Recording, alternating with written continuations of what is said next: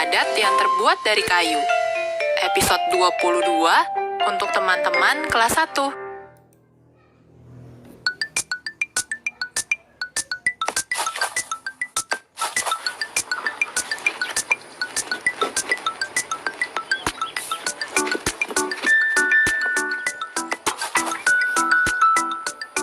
Halo teman-teman, selamat pagi. Apa kabar semua? Berjumpa lagi dengan aku, Ririn. Aku mau tanya deh, hari ini hari apa ya teman-teman? Senin, Selasa, Rabu, Kamis, Jumat, Sabtu, atau Minggu? Betul, kalian pinter-pinter deh. Oh iya, kalian sudah berolahraga belum? Setiap pagi sebaiknya kalian berolahraga ya, supaya badan kalian menjadi sehat dan kuat. Seperti aku yang pagi ini bermain bola. Biasanya setelah olahraga aku mencatat apa saja yang aku lakukan. Tadi selain aku berjalan mengelilingi bola, aku juga lari dan menendang bola. Aku mau olahraga lagi ya. Hai, aku sudah mandi dan makin segar setelah tadi berolahraga. Oh iya, sebelum memulai kegiatan, kita berdoa dulu menurut agama dan kepercayaan masing-masing. Berdoa mulai. Berdoa selesai. Teman-teman, kalian tahu tidak lapisan pensil ini terbuat dari apa? Pensil ini kuat dan keras. Iya benar, pensil ini terbuat dari kayu.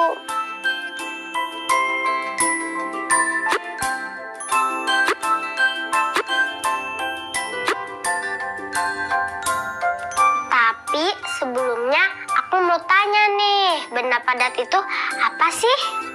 Iya, betul. Benda padat adalah benda yang bersifat kuat dan keras. Nah, kalau benda padat yang di sekitarku yang terbuat dari kayu, apa saja ya?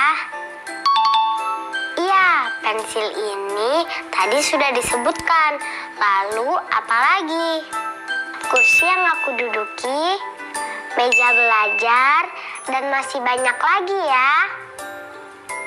Nah, pensil, kursi, dan meja adalah contoh benda padat yang terbuat dari kayu. Kayu itu berasal dari pohon dan biasanya berwarna coklat.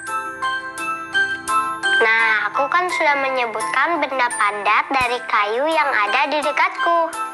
Sekarang, coba kalian sebutkan di hadapan orang tua 2 benda padat dari kayu yang ada di sekitar kalian. Lakukan dengan santun dan percaya diri ya.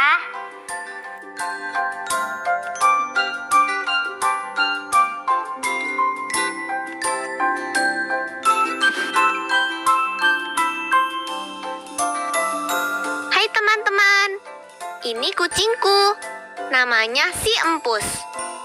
Empus ini seperti Pus yang ada di cerita Wall-E ingin melihat dunia ya. Hayo, kalian ingat tidak cerita Wall-E ingin melihat dunia?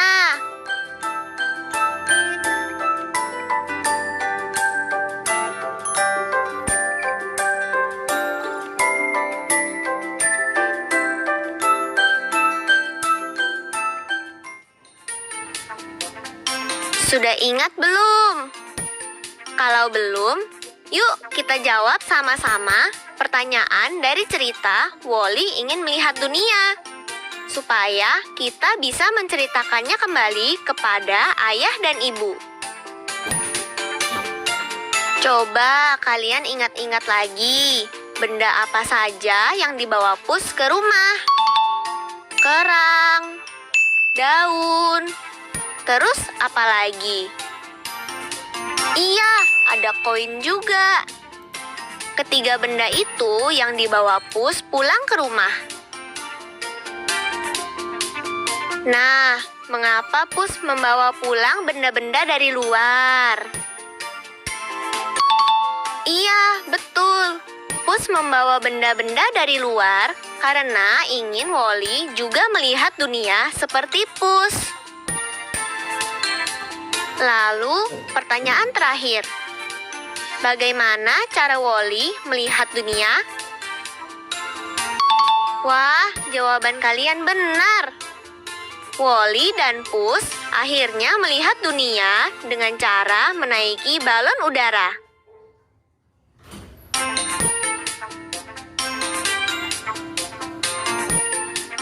Asik ya cerita petualangan Pus dan Wally. Aku jadi ingin naik balon udara juga deh. Pasti seru. Nah, kalau teman-teman sudah ingat cerita Wally ingin melihat dunia, yuk kita tulis dan gambar apa saja yang ada di cerita tadi.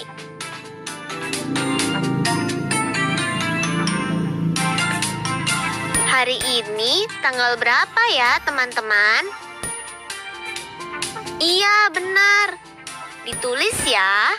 Kemudian, gambarlah siapa yang kalian sukai dalam cerita Wally ingin melihat dunia. Aku suka sama tokoh si Pus karena dia senang keluar melihat dunia.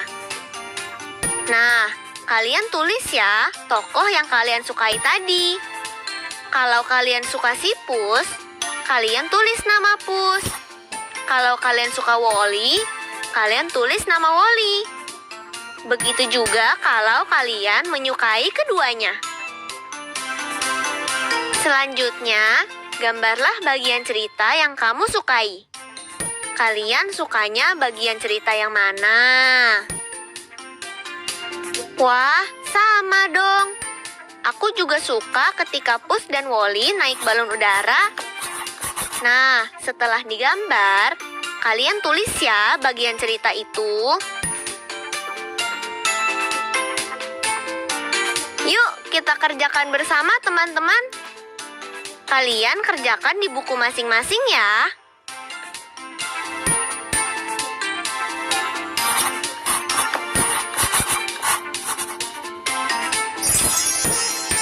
Asik, Ibu beli buah. Iya sayang, buah-buahan kan mengandung banyak vitamin yang dibutuhkan tubuh kita. Aku minta apelnya 1 ya, Bu. Boleh, tapi sebelum dimakan, dicuci dulu ya. Aku cuci semua buahnya ya, Bu. Wadah ini terbuat dari plastik ya, Bu.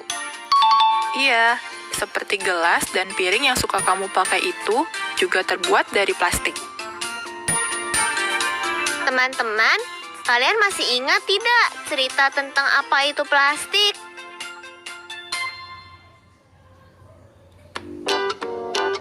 Plastik adalah bahan pembuat benda yang bersifat padat dan ringan. Bu, apa saja sih kegunaan bahan plastik? Ada banyak kegunaan bahan plastik, yaitu membuat benda-benda seperti wadah untuk buah-buahan itu. Bahan plastik juga bisa didaur ulang, jadi pemakaiannya bisa digunakan berkali-kali. Payung juga terbuat dari plastik ya, Bu? Iya, karena plastik tidak dapat menyerap air. Jadi, kalau hujan turun dan kita pakai payung, air hujan itu tidak akan membasahi kita. Teman-teman, coba kalian sebutkan benda apa saja yang terbuat dari plastik yang ada di lingkungan sekitarmu. Contohnya seperti wadah buah ini. Gelas plastik, lalu apa lagi? Ya, piring plastik. Sendok plastik juga ada. Wah, banyak ya. Oh iya, sebelum aku mencuci buah-buahan ini, yuk kita sama-sama melengkapi kalimat di gambar ini. Kalian perhatikan baik-baik ya. Pilihlah suku kata bo, pa, atau ro untuk melengkapi gambar-gambar ini. Di gambar ke-1, suku kata apakah yang tepat untuk melengkapi gambar? Apakah boyung, payung, atau royung? Benar, suku kata yang tepat adalah pa. Jadi dibaca payung. Suku kata apakah yang tepat untuk melengkapi gambar kedua? Apakah botol, patol, atau rotol? Benar, suku kata yang tepat adalah bo, sehingga katanya dibaca botol. Lalu di gambar ketiga, suku kata apa yang tepat untuk melengkapi gambar? Apakah bola, pala, atau rola? Benar lagi, bola. Dan terakhir, suku kata apa yang tepat untuk melengkapi gambarnya? Apakah bobot, pabot, atau robot? Benar, robot. Wah, kalian berhasil menjawab semuanya. Kalian tulis jawabannya di buku tugas ya.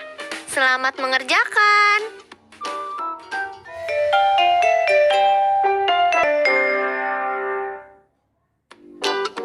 Teman-teman, yuk kita belajar bilangan terdekat. Coba perhatikan angka-angka ini.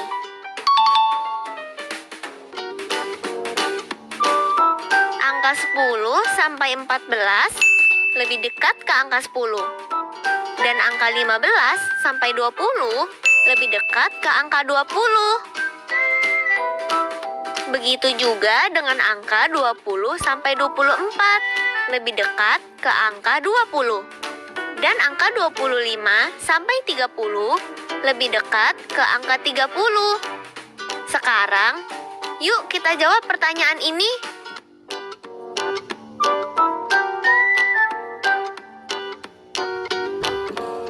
Berapakah perkiraan hasil penjumlahan dari 24 ditambah 14? Kita coba cara yang tadi ya. 24 lebih dekat ke angka berapa? Iya, betul. 24 lebih dekat ke 20. Lalu, 14 lebih dekat ke angka berapa? Iya, 14 lebih dekat ke angka 10. Jadi, hasil perkiraan dari 24 ditambah 14 yaitu 20 ditambah 10 sama dengan 30. Nah, apakah perkiraannya melebihi atau kurang dari hasil sebenarnya? Yuk, kita hitung sama-sama. 24 tambah 14 sama dengan 38. Dan tadi hasil perkiraannya adalah 30. Jadi, perkiraannya kurang dari hasil sebenarnya. Sekarang kalian sudah mengerti kan? Jika belum, pelajari lagi ya. Atau tanyalah kepada ayah dan ibu untuk membantu kalian.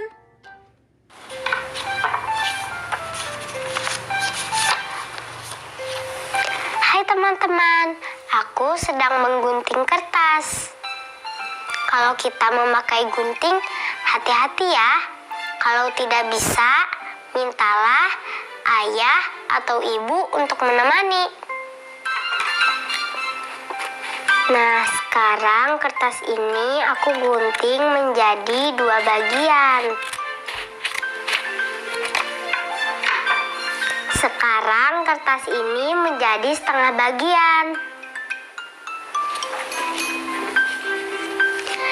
Nah, kalau kertas ini tadinya 1 bagian, lalu dipotong menjadi 4 bagian.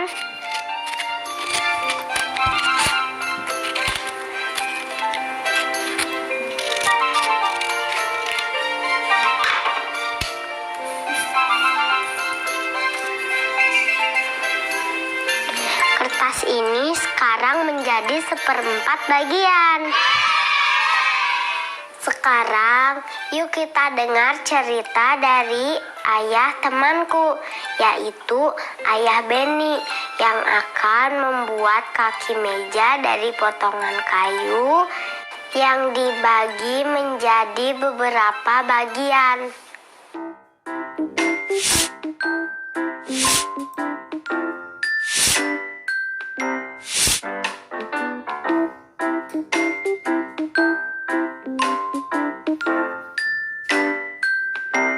Ayah Benny akan membuat kaki meja menggunakan sebatang kayu yang dibelinya di toko bangunan. Ayo simak bagaimana Ayah Benny membagi sebatang kayu untuk dijadikan kaki meja. Ini adalah sebatang kayu yang dipotong menjadi 2 bagian sama besar. Bagian ini disebut setengah batang kayu. Setengah batang kayu dipotong lagi menjadi 2 bagian sama besar. Bagian ini disebut seperempat batang kayu. Bagaimana teman-teman? Sudah paham kan? Jadi, satu kayu jika dibagi 2 bagian, maka satu bagian disebut setengah. Kalau satu bagian kayu dibagi 4 bagian, maka satu bagiannya disebut seperempat. Nah teman-teman, itulah yang disebut dengan pecahan. Dari yang awalnya 1, kemudian dibagi-bagi menjadi beberapa bagian.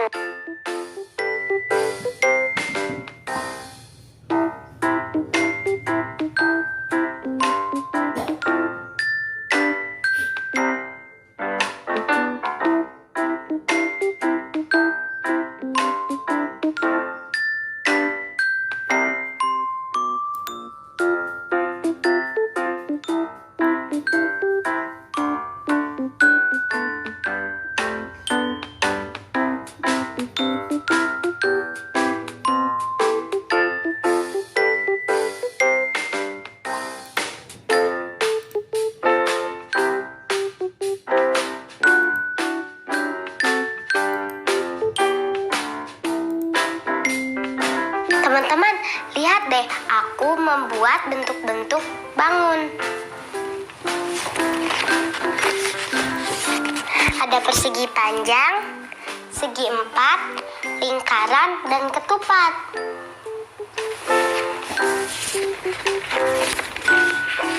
Dan ini bentuk bangun yang sudah dibagi 4 menjadi masing-masing seperempat bagian. Kalian coba bikin juga ya. Kalian bisa lihat cara membuatnya seperti ini. Pertama-tama, siapkan kertas atau buku gambar, pensil warna, dan gunting. Buatlah bangun datar seperti gambar ini pada selembar kertas dan warnai dengan pensil warna atau krayon. Kemudian, guntinglah masing-masing bangun tersebut. Hati-hati ya saat menggunakan gunting. Kalian bisa meminta bantuan ayah atau ibu untuk menemani. Ketiga, biarkan bangun datar ini tetap utuh. Dan bagilah bangun datar ini menjadi 4 bagian sama besar.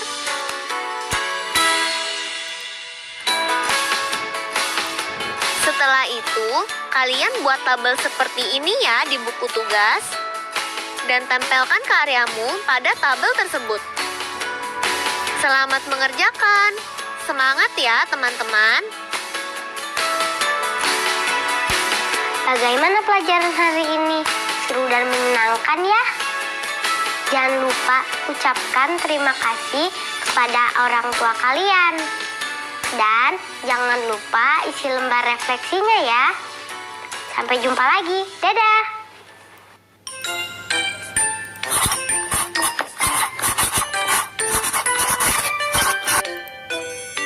Tadi kita ngapain aja ya teman-teman? Yuk kita ingat-ingat bersama, tadi kita sudah olahraga. Mengenal benda padat dari kayu.